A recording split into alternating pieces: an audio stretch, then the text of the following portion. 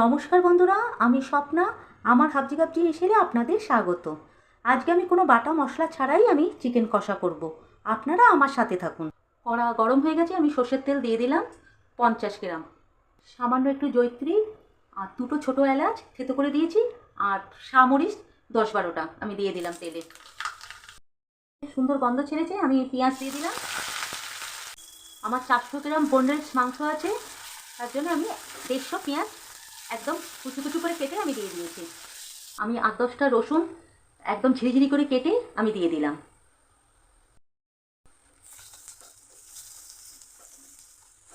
রসুনের কুচিগুলো মুখে পড়লে ভালো লাগবে। 400 গ্রাম মাংসের মধ্যে আগে গোলমরিচ আর পাতিলেবু, হাফ পাতিলেবু আমি মাখিয়ে রেখে দিয়েছিলাম আধ ঘন্টা, আমি দিয়ে দিলাম।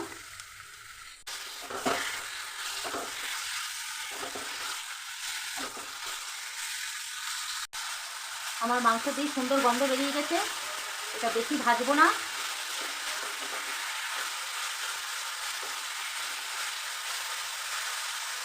হাফ চামচ হলুদ দিয়ে দিলাম, হাফ চামচ লঙ্কার গুঁড়ো দিয়ে দিলাম, হাফ চামচ ধনে গুঁড়ো দিয়ে দিলাম। এবার সব দিয়ে মিশিয়ে দেবো।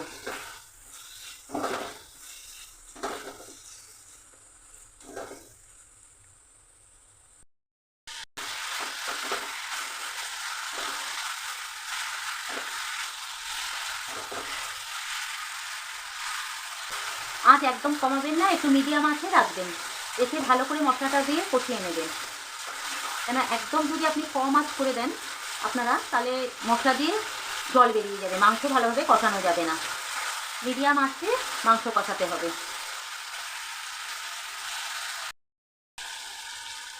আমি 4 চামচ ফেটানো টক দই দিয়ে দিলাম।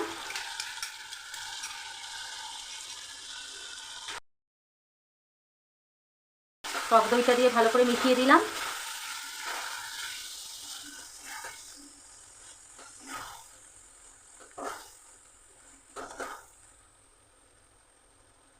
7-8টা আমন্ড বাদাম আমি বেটে রেখে দিয়েছিলাম, দিয়ে দিলাম।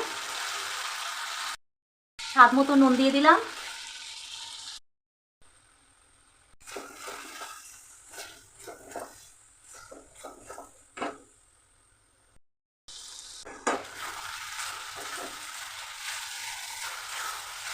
আমার মশলা ভালো করে কষানো হয়ে গেছে, এইবার আমি আঁচটা একটু কমিয়ে দেবো।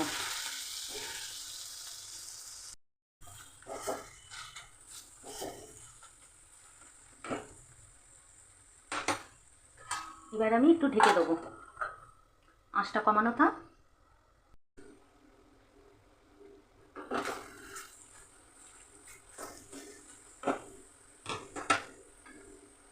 আমি সামান্য গরম জল দিয়ে দেবো।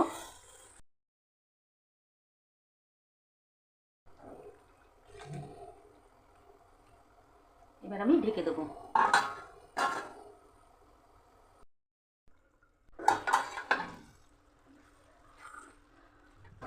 হয়ে গেছে আমার চিকেন কষা। সামান্য দিয়ে দিলাম শাহি গরম মশলা। খুব সহজেই হয়ে গেল আমার বোনলেস চিকেন কষা। আপনারা এটা ফ্রাইড রাইস, পরোটা, রুটি সব দিয়েই আপনারা খেতে পারবেন। আপনারা একবার এভাবে বানিয়ে খাবেন। যদি আমার রান্নাটা আপনাদের ভালো লাগে, লাইক, কমেন্ট, শেয়ার করবেন। অবশ্যই আমার চ্যানেলটিকে সাবস্ক্রাইব করবেন। টাটা বন্ধুরা।